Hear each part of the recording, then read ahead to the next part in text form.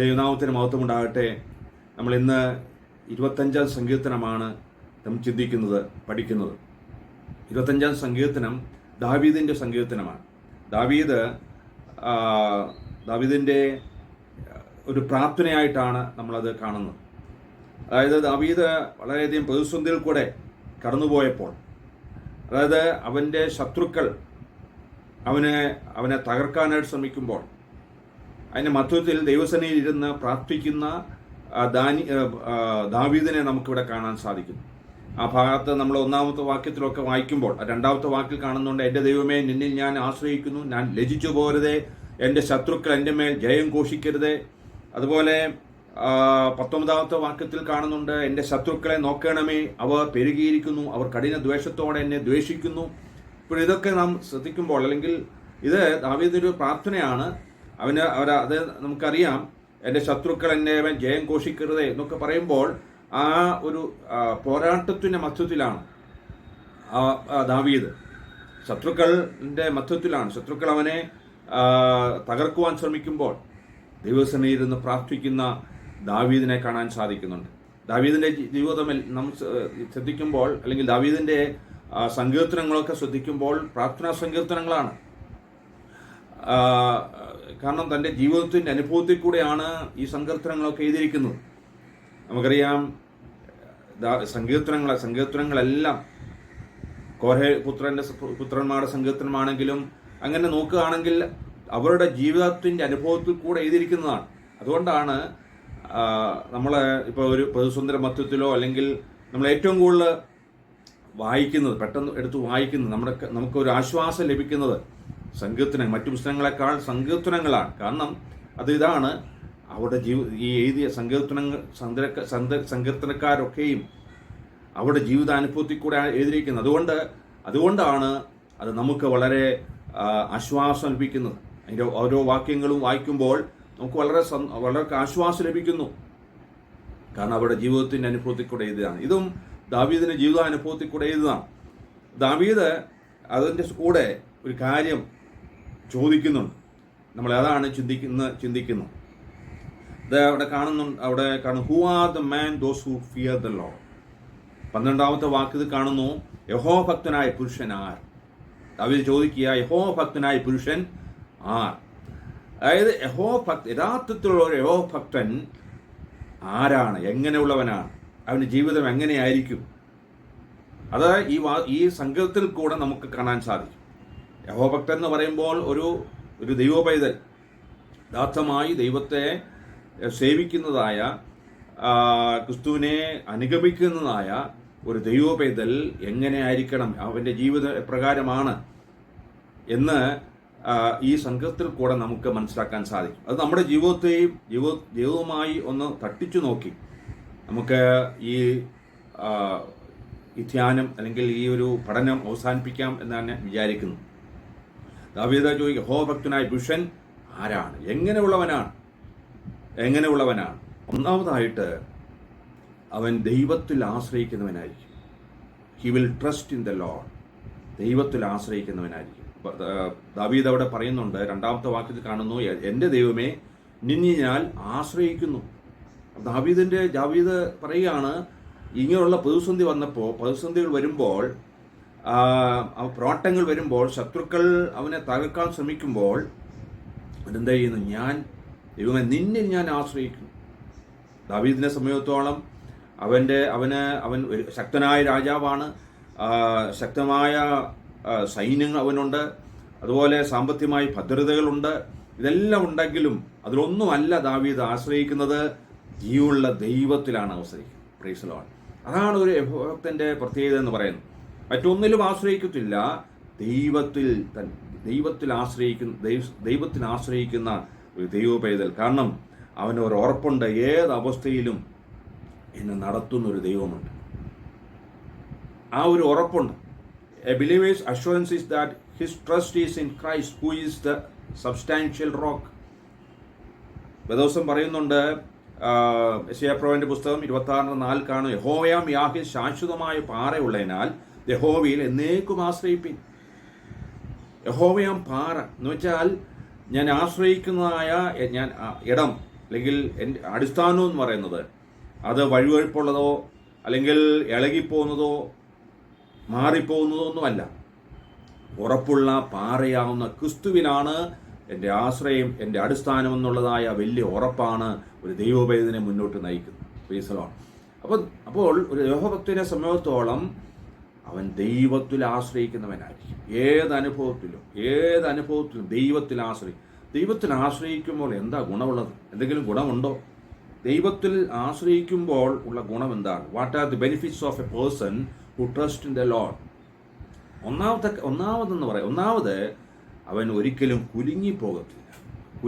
He will never be shaken in the midst of adversity. എന്തെല്ലാം പ്രതിസന്ധി വന്നാലും, പ്രതികൂലങ്ങൾ വന്നാലും, പോരാട്ടങ്ങൾ വന്നാലും കുലുങ്ങിപ്പോകത്തില്ല. Praise the Lord.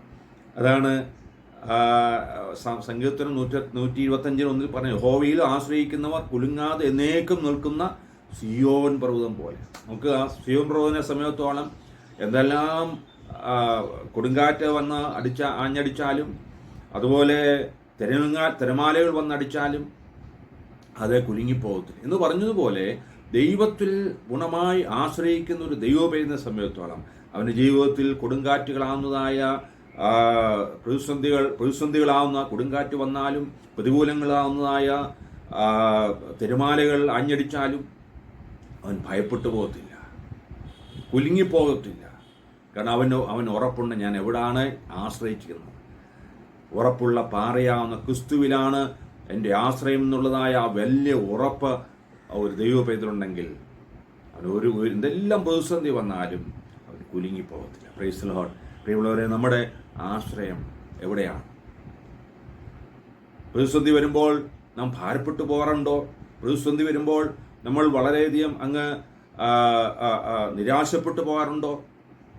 പക്ഷെ എന്നാൽ ഒരു ദൈവപൈതലിൻ്റെ ആശ്രയം അത് ക്രിസ്തുവിലാണെങ്കിൽ ഒരിക്കലും ആ ദൈവപൈതൽ അമേൻ ഭയപ്പെട്ടു പോകത്തില്ല, കുലുങ്ങി പോകത്തില്ല. കാരണം അവൻ്റെ ഉറപ്പെന്ന് പറയുന്നത് ഈ പാറയാണ് ക്രിസ്തുവിലാണെന്നുള്ളതായ ഉറപ്പാണ്. അത് മാത്രമല്ല, ആ ദൈവത്തിൽ ആശ്രയിക്കുന്ന ഒരു വ്യക്തിയെ ദൈവം ആണ് നയിക്കുന്നത്. he will get guidance and he will get guidance from God. ദൈവത്തിൽ നിന്നുള്ളതായ ആ വലിയ ദൈവമാണ് അവനെ നയിക്കുന്നത്. അത് ദാവീദ് പറയുന്നുണ്ട്, യഹോവഭക്തനായ പുരുഷനാർ അവൻ തിരഞ്ഞെടുക്കേണ്ടുന്ന വഴി താൻ അവന് കാണിച്ചു കൊടുക്കും. അപ്പോൾ ദൈവത്തിൽ ആശ്രയിക്കുന്ന ഒരു ദൈവപൈതലിനെ സംബന്ധിച്ചിടത്തോളം അവൻ മുന്നോട്ട് പോകുന്നതായ വഴികൾ, ചിലപ്പോൾ അവന് മുന്നോട്ട് പോകാൻ എങ്ങനെ പോകണമെന്നറിയാതെ ഭാരപ്പെടുമ്പോൾ, മുന്നിൽ ഇരുളിൻ്റെ അനുഭവം വരുമ്പോൾ പാത കാണിച്ചു കൊടുക്കുന്ന ഒരു ദൈവമുണ്ട്. Hallelujah, hallelujah. അത് മറ്റുള്ള ആർക്കും അത് ആ ഒരു ഗുണം കിട്ടത്തില്ല. എന്നാൽ ദൈവത്തിൽ ആശ്രയിക്കുന്നതിന് മാത്രമേ ആ ഗുണം ഉണ്ടാകത്തുള്ളൂ.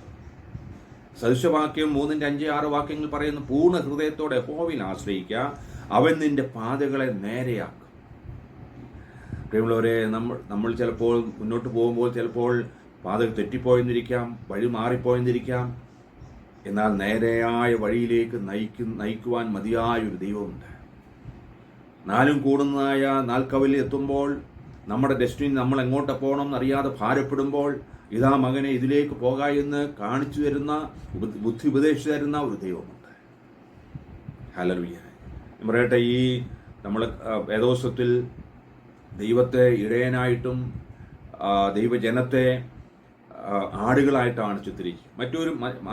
മറ്റു മൃഗങ്ങളെ അല്ല, ആടുകളായിട്ടാണ് ദൈവജനത്തെ ചിത്രീകരിച്ചിരിക്കുന്നത്. എന്താ കാര്യം എന്നറിയാമോ? ഈ ആടുകളെ സംബന്ധിച്ചിടത്തോളം മറ്റു മൃഗങ്ങളെക്കാളൊക്കെ ബുദ്ധി കുറവാണ്.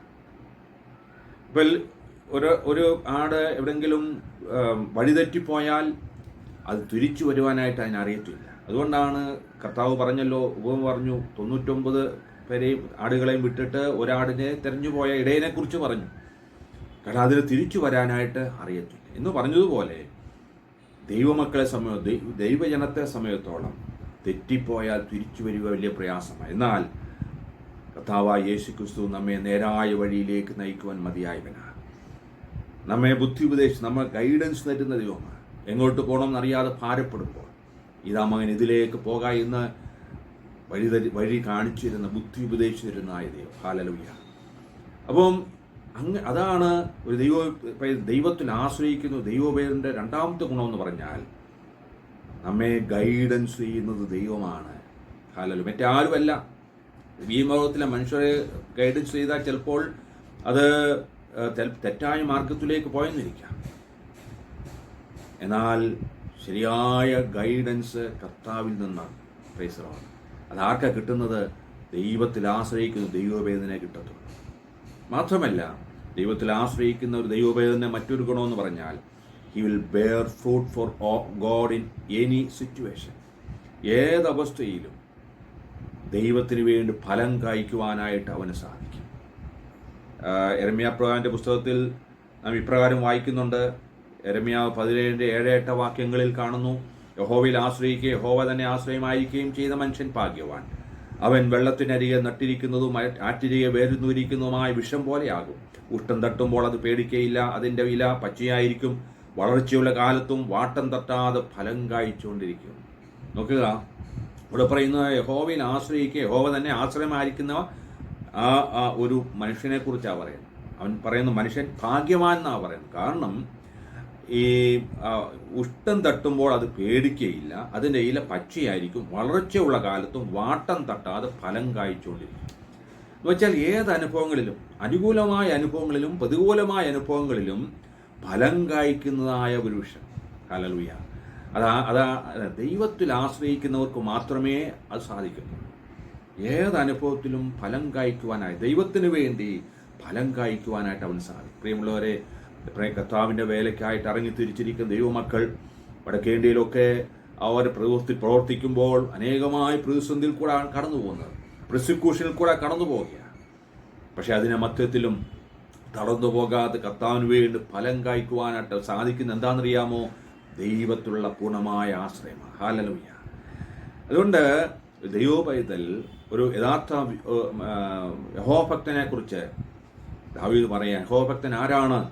ഒന്ന് ദൈവത്തിൽ പൂർണ്ണമായി ആശ്രയിക്കുന്നത്. ദൈവത്തിൽ പൂർണ്ണമായി ആശ്രയിക്കുമ്പോൾ എന്തൊക്കെയാണ് ഫലം, എന്തൊക്കെയാണ് ബെനിഫിറ്റ്സ്, ഗുണം? അവൻ ഒരിക്കലും കുലുങ്ങിപ്പോകത്തില്ല. ഏത് അനുഭവത്തിലും, പ്രതിസന്ധിയുടെ മധ്യത്തിലും പ്രതികൂലത്തിൻ്റെ മധ്യത്തിലും കുലുങ്ങിപ്പോകാതെ നിൽക്കുന്നതായ ഒരു വ്യക്തിയായിത്തീരും. അത് മാത്രമല്ല, അവനെ നയിക്കുന്നത് വേറെ ആരുമല്ല, ദൈവമാണ് അവൻ നയിക്കുന്നത്. അവൻ മുന്നോട്ട് എങ്ങനെ പോകണം എന്നറിയാതെ ഭാരപ്പെടുമ്പോൾ ഇതാ മകൻ ഇതിലൂടെ പോക എന്ന് ബുദ്ധി ഉപദേശിച്ചു തരുന്ന ദൈവം. അത് മാത്രമല്ല, അവൻ ഏത് അനുഭവങ്ങളിലും, അനുകൂലമായ അനുഭവങ്ങളിലും പ്രതികൂലമായ അനുഭവങ്ങളിലും ദൈവത്തിന് വേണ്ടി ഫലം കായ്ക്കുവാനായിട്ട് അവന് സാധിക്കും. ഹല്ലേലൂയ. ഇതിനേക്കാൾ അപ്പുറമായിട്ട് മറ്റെന്താ പ്രിയമുള്ളവരെ? അവനെ പ്രൈസ് ദി ലോർഡ്, ദൈവത്തിൽ പൂർണ്ണമായി ആശ്രയിക്കെങ്കിൽ മാത്രമേ അത് സാധിക്കൂ. അതുപോലെ രണ്ടാമത് ഒരു യഹോഭക്തൻ എങ്ങനെയായിരിക്കണം, എങ്ങനെയുള്ളവനാണ്, ആരാണ്? You will have A prayerful life എന്ന് വെച്ചാൽ പ്രാർത്ഥനാ നിരതമായ ജീവിതത്തിൻ്റെ ഉടമയായിരിക്കും. പ്രാർത്ഥനാ നിരതമായ ദാവീദിൻ്റെ ജീവിതത്തിൽ നമുക്കാണ്, നേരത്തെ പറഞ്ഞതുപോലെ അവൻ്റെ ഈ സങ്കീർത്തനങ്ങളൊക്കെ നോക്കുകയാണെങ്കിൽ എല്ലാം പ്രാർത്ഥനാ സങ്കീർത്തനങ്ങളാണ്. മിക്കവാറും എല്ലാം കാരണം അവൻ പ്രാർത്ഥനാ മനുഷ്യനായി. ദാവീദ് പറയുകയാണ്, ഇവിടെ പറയുന്നുണ്ട് 1-ാമത്തെ വാക്യം, യഹോവേ നിങ്കിലേക്ക് ഞാൻ മനസ്സുയർത്തുന്നു. 15-ാമത്തെ വാക്യത്തിൽ പറയും, എൻ്റെ കണ്ണ് എപ്പോഴും യഹോവെങ്കിലേക്കാവുന്നു. നോക്കുക, ഞാൻ പറഞ്ഞല്ലോ, അവൻ ഒരു പ്രതിസന്ധി മധ്യത്തിൽ കൂടെ കടന്നു പോകുന്നത്. ശത്രുക്കൾ അവനെ വളഞ്ഞു, അവനെ കൊല്ലുവാനായിട്ട് ശ്രമിക്കുന്നു. അതിൻ്റെ മധ്യത്തിലും അവൻ ദൈവത്തെങ്കിലേക്ക് കണ്ണുകൾ ഉയർത്തി പ്രാർത്ഥിക്കുക. ഈ ദാവീദിനെ ശ്രദ്ധിക്കുമ്പോൾ അവൻ ഒരിക്കലും ആ പ്രതിസന്ധിയിലേക്ക് നോക്കാറില്ല. ആ പ്രതിസന്ധിയിലേക്ക് നോക്കി അയ്യോ എന്തുകൊണ്ട്, ദൈവമേ എന്താ ഇങ്ങനെയൊക്കെ എന്നും പറഞ്ഞ് നിലവിളിക്കുകയല്ല ചെയ്യുന്നത്. പ്രതിസന്ധിയിലേക്ക് നോക്കി ഭയപ്പെടുകയല്ല ചെയ്യുന്നത്. ആ സമയത്ത് തന്നെ രക്ഷിക്കുവാൻ കഴിയുന്നതായ ജീവനുള്ള ദൈവത്തിലേക്ക് കണ്ണുകളെ ഉയർത്തി പ്രാർത്ഥിക്കുന്ന ദാവീദിനെ നമുക്ക് കാണാൻ സാധിക്കും. ഹല്ലേലൂയ. പ്രിയമുള്ളവരെ, അതാണ് ഒരു ദൈവപേന സമയത്ത്, അല്ലെങ്കിൽ ഒരു ദൈവഭക്തനെ സമയത്തോളം അവരുടെ ജീവിതം പ്രാർത്ഥനാ നിരതമായ ജീവിതമായിരിക്കും. ഏത് സമയത്തും ദൈവസന്നിധിയിൽ മുട്ടുമുട്ടി പ്രാർത്ഥിക്കുവാൻ അവന് സാധിക്കും. ഹല്ലേലൂയ. ആ പ്രാർത്ഥനയാണ് പ്രിയമുള്ളവരെ ദൈവോപേതനെ മുന്നോട്ട് നയിക്കുന്നത്. പ്രാർത്ഥന ഇല്ലെങ്കിൽ എന്തിനാണ് നമ്മൾ പ്രാർത്ഥിക്കുന്നത്? വൈ ഷുഡ് വി പ്രേ? നമ്മൾ പ്രാർത്ഥിക്കുന്നത് എന്തിനാണ്? പലപ്പോഴും നമ്മൾ പ്രാർത്ഥിക്കുന്നത് നമ്മുടെ ആവശ്യങ്ങൾ പറയുക, നമ്മുടെ കുടുംബത്തിലെ ആവശ്യങ്ങൾ, കുഞ്ഞുങ്ങളുടെ ആവശ്യങ്ങൾ, ഭാവി, ഇതെല്ലാം അല്ലേ നമ്മുടെ ഓരോ കാര്യം, നമ്മളെ വേദനിപ്പിക്കുന്ന കാര്യങ്ങളെല്ലാം ദൈവസന്നിധിയിൽ പ്രാർത്ഥിക്കുന്നു. പ്രാർത്ഥിച്ച് നമ്മൾ അതിനെ നേടിയെടുക്കുവാൻ ശ്രമിക്കുന്നു. അതുമാത്രമാണോ പ്രാർത്ഥന? അതും പ്രാർത്ഥനയാണ്. പക്ഷേ അതുമാത്രം പ്രാർത്ഥിക്കുന്ന എന്തിനാണ് പ്രാർത്ഥിക്കുന്നത്? ഒന്ന്, prayer help us to strengthen our relationship with God. ദൈവവുമായുള്ള ആ റിലേഷൻഷിപ്പ് ശക്തി പ്രാപിക്കുവാനായിട്ടാണ് നമ്മൾ പ്രാർത്ഥന. നമ്മൾ എത്ര സമയം ദൈവസന്നിധിയിൽ ഇരുന്ന് പ്രാർത്ഥിക്കുന്നോ അത്രയും നാം ദൈവവുമായുള്ള ബന്ധം ദൃഢീകരിക്കുവാൻ സാധിക്കും. ദാവീദിന്റെ ജീവിതത്തിലും അതാണ് കാണുന്നത്. ആ ദൈവവുമായുള്ള അഭേദ്യമായ ബന്ധം ദാവീദിനുണ്ടായിരുന്നു. അതുകൊണ്ട് ദൈവത്തെ പൂർണ്ണമായി മനസ്സിലാക്കാൻ അവൻ സാധിക്കും. ദാവീദിനെ ദൈവത്തെക്കുറിച്ച് പറയുന്നു, 5-ാമത്തെ വാക്കിൽ പറയുന്നു, നിന്റെ സത്യത്തിൽ എന്നെ നടത്തി എന്നെ പഠിപ്പിക്കണമേ, നീ എൻ്റെ രക്ഷയുടെ ദൈവമാവുന്നുവല്ലോ. 14-ാമത്തെ വാക്കിൽ പറയും, യഹോവയുടെ സഖിത്വം തൻ്റെ ഭക്തന്മാർക്കുണ്ടാകും. ഇങ്ങനെയൊക്കെ പറയാൻ കാര്യം എന്താണെന്നറിയാമോ? ദാവീദിന് ദൈവവുമായിട്ട് അഭേദ്യമായി ബന്ധമുണ്ടായിരുന്നു.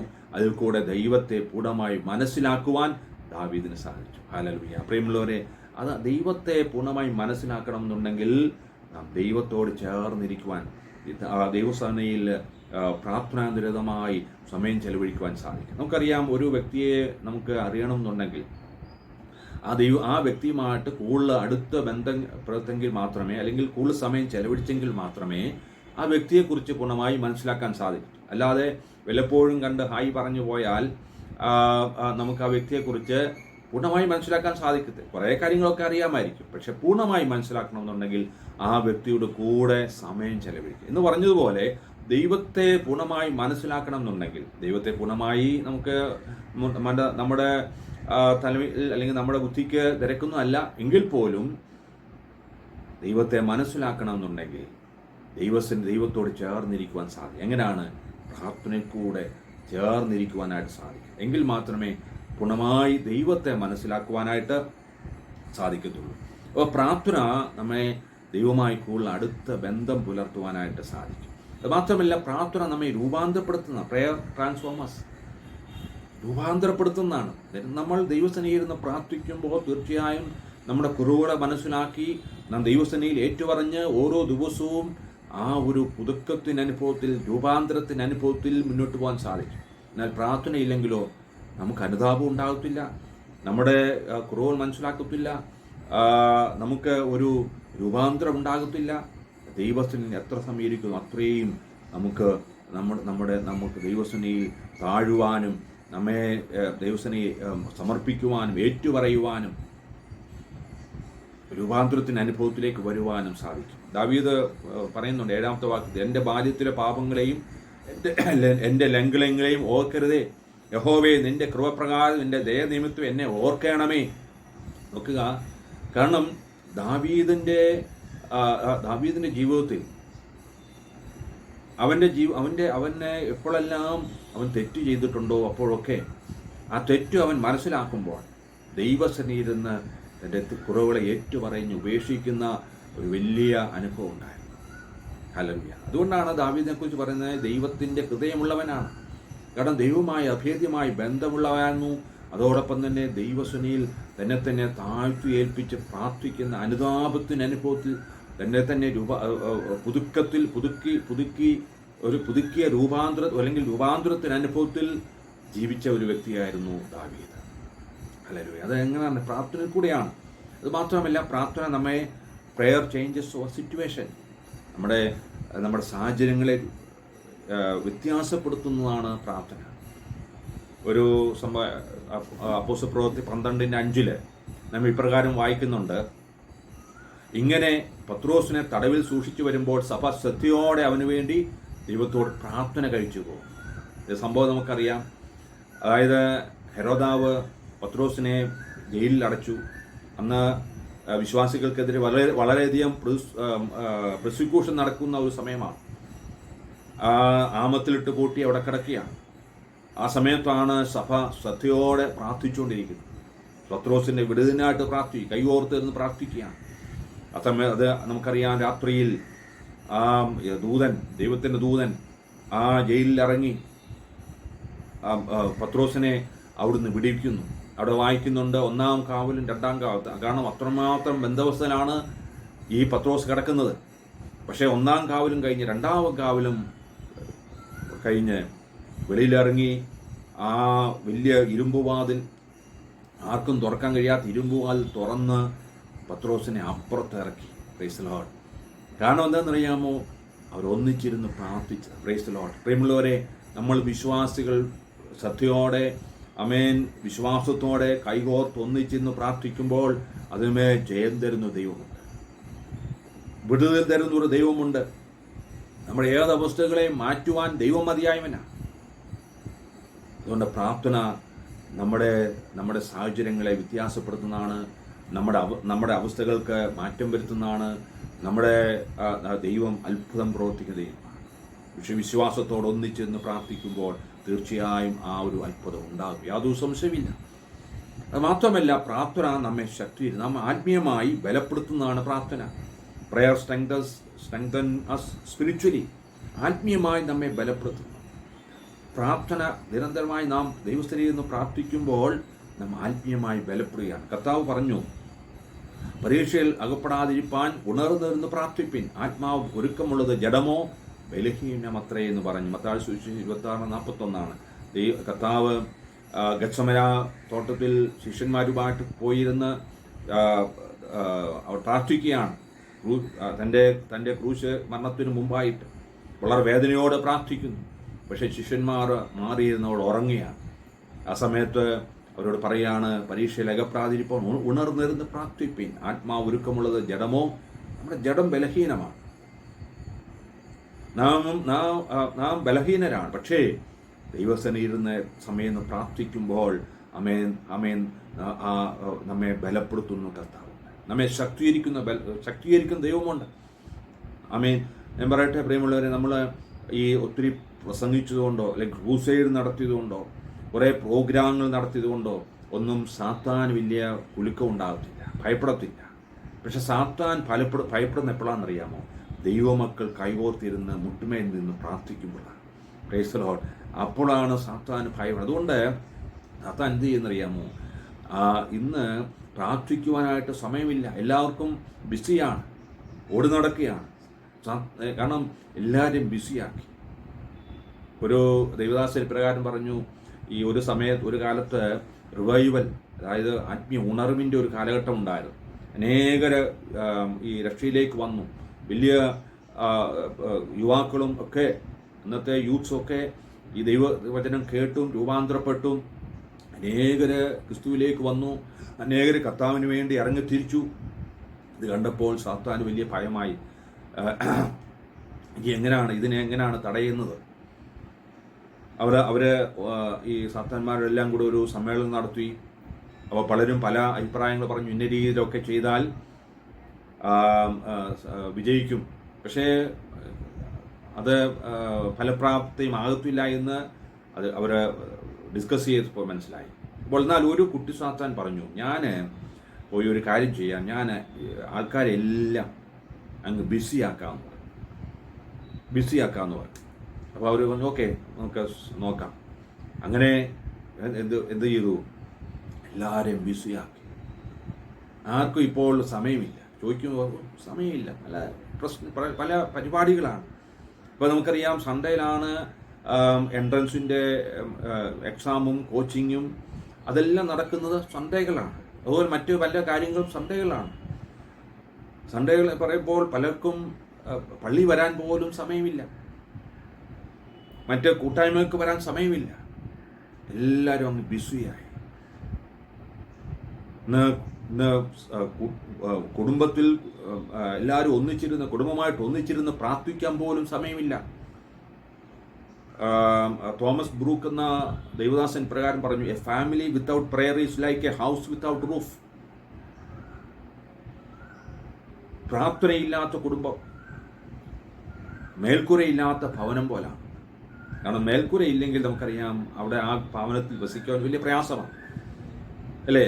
സ്വസ്ഥതയില്ല, സമാധാനമില്ല, ഒന്നുമില്ല. കാരണം ചൂടും മഴയും തണുപ്പും ഒക്കെ അനുഭവിച്ച് ജീവിക്കേണ്ടി വരും. എന്ന് പറഞ്ഞതുപോലാണ് പ്രാർത്ഥനയില്ലാത്ത ഭവനങ്ങൾ. നമുക്കറിയാം ഇന്ന് അനേക ഭവനങ്ങൾ സ്വസ്ഥതയും സമാധാനവും ഇല്ലാതെ കഴിയുകയാണ്, പൊട്ടിത്തെറിയുടെ വക്കിലാണ്. കാരണം അവർ കുടുംബ പ്രാർത്ഥനകളില്ല. ശ്രദ്ധിക്കുകയാണെങ്കിൽ അങ്ങനെയുള്ള ഭവനങ്ങൾ ശ്രദ്ധിക്കാം, കുടുംബ പ്രാർത്ഥനകളില്ല. കാരണം സമയമില്ല. ഭർത്താവ് ഒരു സമയത്ത് വരുന്നു, ഭാര്യ മറ്റൊരു സമയത്ത് വരുന്നു, കുഞ്ഞുങ്ങൾ വേറൊരു സമയത്ത് വരുന്നു,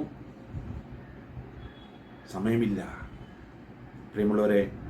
അതുകൊണ്ട് നമ്മൾ ആത്മീയമായി ബലഹീനമായി പോകുന്നു. എന്തെങ്കിലും പ്രശ്നങ്ങൾ വന്നാൽ ഉടനെ നമ്മളങ്ങ് പെടപ്പായി തീരുകയാണ്, നിരാശരായി പോവുകയാണ്. എന്നാൽ നിരന്തരമായ പ്രാർത്ഥന നമ്മെ ശക്തീകരിക്കും, ആത്മീയമായി ബലപ്പെടുത്തുന്നതാണ് പ്രിയമുള്ളവരെ. അതുകൊണ്ട് ഒരു യഹോഭക്തൻ, ഒരു ദൈവപൈതൽ എങ്ങനെയാണ് പ്രാർത്ഥനാ ജീവിതമുള്ളവനായിരിക്കണം? ഒന്ന്, അവൻ ദൈവത്തിൽ ആശ്രയിക്കുന്നവനായിരിക്കണം. മറ്റവൻ രണ്ട്, അവൻ പ്രാർത്ഥനാനിരതമായ ജീവിതം നയിക്കുന്നവനായിരിക്കണം. അങ്ങനെ ജീവിതം നയിക്കുമ്പോൾ അവൻ്റെ ജീവിതത്തിൽ ആമേൻ ഹല്ലേലൂയ അത് ദൈവവുമായുള്ള അഭേദ്യ ബന്ധം ശക്തീകരിക്കുവാൻ അവന് സാധിക്കും. അവന് രൂപാന്തരത്തിന് അനുഭവം അവൻ്റെ ജീവിതത്തിലുണ്ടാകും. ആമേൻ. അവൻ്റെ പ്രാർത്ഥനയിൽ അവൻ്റെ സാഹചര്യങ്ങൾക്ക് വ്യത്യാസമുണ്ടാകും. ദൈവത്തിൻ്റെ അത്ഭുതങ്ങൾ അവൻ കാണാൻ സാധിക്കും. അതോടൊപ്പം തന്നെ ആത്മീയമായി അവൻ ബലപ്പെടുവാനായിട്ടിടയാണ്. ഹല്ലേലൂയ. അതുകൊണ്ട് അങ്ങനെ പ്രാർത്ഥനാ മനുഷ്യനായി ഒരു പ്രാർത്ഥന നിരന്തരമായ ജീവിതം നമ്മുടെ ജീവിതത്തിൽ ഉണ്ടാകട്ടെ. മൂന്നാമതായിട്ട്, ഒരു യഹോഭക്തൻ എങ്ങനെയുള്ളവനാണ്? You will live in hope in God. ദൈവത്തിലുള്ള പ്രത്യാശയിൽ ജീവിക്കുന്നവനാണ്, ക്രിസ്തുവിലുള്ളതായ പ്രത്യാശയിൽ ജീവിക്കുന്നവനാണ് ഒരു യഹോഭക്തൻ. ഒരു ദൈവപൈതലിനെ സംബന്ധിച്ചിടത്തോളം ദൈവത്തിലുള്ള പ്രത്യാശയിൽ ജീവിക്കുന്നവനാണ്. ദാവീദ് പറയുന്നു 5-ാമത്തെ വാക്യത്തിൽ പറയുന്നു, ദിവസം മുഴുവൻ ഞാൻ നിങ്ങൾ പ്രത്യാശ വയ്ക്കുന്നു. 21-ാമത്തെ വാക്കിൽ പറയും, ഞാൻ നിങ്ങൾ പ്രത്യാശ വെച്ചിരിക്കുന്നുവല്ലോ. നോക്കുക, ദാവീദിന്റെ പ്രത്യാശ. യഹോഭക്തൻ എങ്ങനെ ആയിരിക്കണം? പ്രത്യാശയുള്ളവനായിരിക്കും, ദൈവത്തിലുള്ള പ്രത്യാശയിൽ ജീവിക്കുന്നവനായിരിക്കും. പ്രിയമുള്ളവരെ, ആ പ്രത്യാശ നമുക്കുണ്ടോ?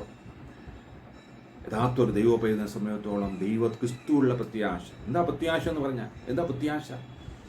നമ്മുടെ പ്രത്യാശ എന്ന് പറഞ്ഞാൽ ക്രിസ്തുവിലുള്ള പ്രത്യാശ. എന്താ പ്രത്യാശ? നമുക്കറിയാം, കർത്താവായ യേശു ക്രിസ്തു സകല ജനത്തെയും വീണ്ടെടുക്കുവാൻ, പാപത്തിൽ നിന്ന് രക്ഷിക്കുവാൻ, വീണ്ടെടുക്കുവാൻ ഈ ലോകത്തിലേക്ക് കടന്നു വന്നു. അവൻ സകല ജനത്തിൻ്റെ സകല പാപങ്ങളും ഏറ്റെടുത്ത് കൽവരിക്രൂശിൽ യാഗമായി തീർന്നു. നമ്മയൊക്കെയും അവൻ വീണ്ടെടുത്തു, ദൈവത്തിൻ്റെ മക്കളാക്കി തീർത്തു. മാത്രമല്ല, അവൻ മരിച്ച് മണ്ണടിഞ്ഞു പോവുകയല്ല, 3-ാം നാൾ ഉയർത്തെഴുന്നേറ്റ് ഇന്നും ജീവിക്കുന്ന ദൈവം കർത്താവ്. Praise the Lord. ആ ജീവിക്കുന്ന ക്രിസ്തുവിലാണ് നമ്മൾ വിശ്വസിക്കുന്നത്. ആ ക്രിസ്തുവിനെയാണ് പ്രത്യാശിക്കുന്നത്. കാരണം ആ ക്രിസ്തുവിലുള്ള പ്രത്യാശ എന്ന് പറയുന്നത്, അവൻ വീണ്ടും വരും. നമ്മെ വീണ്ടെടുക്കുവാൻ, വീണ്ടും ഈ ലോകത്തിൽ നിന്ന്, അല്ലെങ്കിൽ പാപത്തിൻ്റെതായ എല്ലാ അനുഭവങ്ങളിൽ നിന്നും നമ്മെ വീണ്ടെടുത്ത് കർത്താവിനോട് ചേർക്കുന്നതായ അനുഭവം. ഹല്ലേലൂയ. ആരാണ് പ്രത്യാശ എന്ന് പറയുന്നത്? മാത്രമല്ല, നാം നിത്യമായി മരണത്തിലേക്ക് പോകേണ്ടവരായിരുന്നു, അതിക്രമങ്ങളാലും പാപങ്ങളാലും മരിച്ചവരായിരുന്നു, നിത്യമായ നരകത്തിന് അനുഭവക്കാരാകേണ്ടവരായിരുന്നു. പക്ഷേ അതിൽ നിന്ന് നമ്മെ വിടുവിച്ച് നിത്യജീവന്റെ അവകാശികളാക്കി തീർത്തു. ഈ ലോകത്തിൽ ജീവിച്ചു മരിച്ചു കടന്നുപോകല്ല, ഇതിനപ്പുറത്തൊരു ജീവിതം ഉണ്ടെന്നുള്ളതായ വലിയ പ്രത്യാശയാണ് ഒരു ദൈവോപേതനായി. ആ നിത്യമായ ജീവന്റെ അനുഭവക്കാരായി നമ്മളായിരിക്കുമ്പോൾ ആ പ്രത്യാശയിൽ മുന്നോട്ട് പോകാൻ നമുക്ക് സാധിക്കണം പ്രിയമുള്ളവരെ. ഹല്ലേലൂയ. ആമേൻ. ഈ കർത്താവായ യേശു വീണ്ടും വരും എന്നുള്ളതായ ആ വലിയ പ്രത്യാശ. ആ പ്രത്യാശയിലാണോ നാം ജീവിക്കുന്നത്? നമുക്ക് ആ പ്രത്യാശയുണ്ടോ? പലർക്കും ഈ വിശ്വാസികളെന്ന് പറയുന്നവരാണെങ്കിൽ പോലും ഈ പ്രത്യാശ നഷ്ടപ്പെട്ട ഒരു കാലഘട്ടത്തിൽ കൂടെ പോകുന്നത്. 2000 വർഷം മുമ്പേ തൊട്ടേ ഇത് പറയാൻ തുടങ്ങിയല്ലോ, ഇതുവരെ ഒന്നും ആയിട്ടില്ലല്ലോ, കർത്താവ് വരുന്നില്ലല്ലോ, കർത്താവ് ഇനിയും വരുമോ? അങ്ങനെയുള്ള ചിന്തക്കാരിപ്പോൾ വളരെ വർദ്ധിച്ചുകൊണ്ടിരിക്കുകയാണ്. നിത്യമായ ജീവിതമുണ്ടോ, നരകമുണ്ടോ എന്നൊക്കെ പലരും ഈ ഞാൻ പലരുമായിട്ട് ഇങ്ങനെ ബന്ധപ്പെടുമ്പോൾ സംസാരിക്കുമ്പോൾ പറയുന്നു, ആരെങ്കിലും വന്ന് പറഞ്ഞിട്ടുണ്ടോ? അതിനകത്ത് തെളിവ് വേണം. ആരെങ്കിലും വന്ന് പറഞ്ഞിട്ടുണ്ടോ ഇങ്ങനെ ഈ നരകമുണ്ടെന്നോ അല്ലെങ്കിൽ സ്വർഗമുണ്ടെന്നോ നരകമുണ്ടെന്നോ ആരെങ്കിലും വന്ന് മരിച്ചുപോയവർ തിരിച്ചു വന്ന് പറഞ്ഞിട്ടുണ്ടോ? പക്ഷെ അങ്ങനെയുള്ളതായ പ്രിയമുള്ളവരെ, ഇന്ന് നമ്മുടെ വിശ്വാസ സമൂഹത്തിൽ തന്നെ ഇതുപോലുള്ള ചിന്തക്കാർ വർദ്ധിച്ചുകൊണ്ടിരിക്കുകയാണ്. പ്രത്യാശയില്ലാത്ത അനുഭവങ്ങൾ. എന്നാൽ ഒരു ദൈവപൈതലിനെ സംബന്ധിച്ചിടത്തോളം ആ പ്രത്യാശ, കാരണം കർത്താവ് തന്നെ പറഞ്ഞിട്ടുണ്ട്. മറ്റുള്ളവർ പറഞ്ഞത് നോക്കണ്ട, കർത്താവ് തന്നെ പറഞ്ഞിട്ടുണ്ട്. എന്താ പറഞ്ഞത്? ഞാൻ ശിഷ്യന്മാരോട് പറഞ്ഞു, ഞാൻ നിങ്ങൾക്ക് വേണ്ടി ഭവനം ഒരുക്കാൻ പോകുന്നു. ഭവനം ഒരുക്കിക്കഴിഞ്ഞ് ഞാൻ വരും, നിങ്ങളെ ചേർക്കുവാനായിട്ട് ഞാൻ വരുമെന്ന് കർത്താവ് യേശുവിനാ പറഞ്ഞത്. യേശു ഒരിക്കലും കള്ളം പറയത്തില്ല. അങ്ങനെയെങ്കിൽ തീർച്ചയായും കർത്താവ് വരും. അതിൻ്റെ എല്ലാ കാര്യങ്ങളും നമ്മുടെ ചുറ്റുപാടും കണ്ടുകൊണ്ടിരിക്കുകയാണ്. ലോകത്തിൽ ഇത് കണ്ടുകൊണ്ടിരിക്കുക. അതുകൊണ്ട് പ്രിയമുള്ളവരെ, കർത്താവ് വരും, യാതൊരു സംശയമില്ല. അതുകൊണ്ട് നാം പ്രത്യാശയോടെ ഇരിക്കുവാൻ നമുക്ക് സാധിക്കണം. പ്രത്യാശയാണ് നമ്മെ മുന്നോട്ട് നയിക്കുന്നത്. ബില്ലി ഗ്രഹാം പറഞ്ഞു, for the believer there is hope beyond the grave because Jesus Christ have opened the door to heaven for us by his death and resurrection. വിശ്വാസികളുടെ പ്രത്യാശ എന്ന് പറയുന്നത് എന്താണ്? ശവക്കുഴിക്കപ്പുറത്ത് കർത്താവായ യേശുക്രിസ്തു തന്റെ മരണ പുനരുത്ഥാനത്തിൽ കൂടെ സ്വർഗത്തിലേക്ക് ഒരു വാതിൽ തുറന്നിരിക്കുന്നു. ക്രിസ്തു ഒരു വാതിൽ തുറന്നിരിക്കുന്നു. അതാണ് പ്രത്യാശ. ഞാൻ പറഞ്ഞല്ലോ, മരണം കൊണ്ട് എല്ലാം കഴിയുന്നില്ല. ഇതിൻ്റെ അപ്പുറത്ത് ഒരു ജീവിതം ഉണ്ടെന്നുള്ളതായ പ്രത്യാശ. അപ്പോൾ ആ പ്രത്യാശയാണ് മുന്നോട്ട് നയിക്കുക. Hope moves us forward. പ്രത്യാശ, ഹോപ്പ് എനർജൈസ് ദി പ്രസന്റ്. ഈ കാലഘട്ടത്തിൽ നമ്മെ ബലപ്പെടുത്തുന്നത് ഈ പ്രത്യാശയാണ്. അത് മാത്രമല്ല, ഹോപ്പ് ലൈറ്റൻ ഓവർ ഡാർക്ക്നെസ്. നമ്മൾ ഇരുട്ടിനെ പ്രകാശിപ്പിക്കുന്നത് ഈ പ്രത്യാശയാണ്. ഈ പ്രത്യാശയില്ലെങ്കിൽ നമ്മുടെ ജീവിതം ഇരുട്ടിൻ്റെ അനുഭവമാണ്. മുന്നോട്ട് പോകാൻ വലിയ പ്രയാസമാണ്. നമുക്കറിയാം, അനേക ആത്മഹത്യയിൽ, നമുക്ക് കേരളത്തിലൊക്കെ വളരെ ആൾക്കാർ ആത്മഹത്യ, കുടുംബമായിട്ടും അല്ലാതെയും വിദ്യാഭ്യാസം ഉള്ളവരാണ്. പക്ഷേ വിദ്യാഭ്യാസം കൊണ്ട് ജീവിതത്തിൽ പ്രത്യാശ ഉണ്ടാകണമെന്നില്ല. പ്രത്യാശയില്ലാത്തവരാണ് ഇപ്രകാരം ആത്മഹത്യയിലൊക്കെ ചെയ്യുന്നത്. എന്നാൽ പ്രത്യാശയുള്ളവർ, അവരുടെ ജീവിതത്തിൽ പ്രതിസന്ധി വരാം, പ്രതികൂലങ്ങൾ വരാം, എന്തെല്ലാം വന്നാലും അവർക്ക് പ്രത്യാശയുണ്ട്. ഇതിനേക്കാൾ അപ്പുറമായ ഒരു ജീവിതം ഞങ്ങൾക്കുണ്ട്. Praise the Lord. ഹല്ലേലൂയ. സന്തോഷത്തിന്, ക്രിസ്തുവിനോട് കൂടെയുള്ള സന്തോഷത്തിന് അനുഭവം ഉണ്ടെന്നുള്ളതായ പ്രത്യാശ. ആ പ്രത്യാശയാണ് പ്രിയമുള്ളവരെ ദൈവപേരനെ മുന്നോട്ട്. ആ പ്രത്യാശയിൽ ജീവിക്കുവാൻ നമുക്ക് സാധിക്കണം. അപ്പം ഒരു യഹോവഭക്തൻ എങ്ങനെ ആയിരിക്കണം? ക്രിസ്തു ദൈവത്തിലുള്ള പ്രത്യാശയിൽ, ക്രിസ്തുവുള്ള പ്രത്യാശയിൽ ജീവിക്കുന്നവനായിരിക്കണം. അതോടൊപ്പം തന്നെ അപ്പോൾ ഞാൻ ഇന്നത്തെ ഇത് ഇവിടെ നിർത്തുകയാണ്. ഞാൻ പറയാൻ ആഗ്രഹിച്ചത്, നമുക്ക് ഇനിയും ചില കാര്യങ്ങളോട് ചിന്തിക്കാനുണ്ട്. എന്നാൽ അടുത്ത എപ്പിസോഡ്, അടുത്ത ഭാഗത്ത് നമുക്കതിനെപ്പറ്റി ചിന്തിക്കാം. ഇന്ന് നമ്മൾ ചിന്തിച്ചത്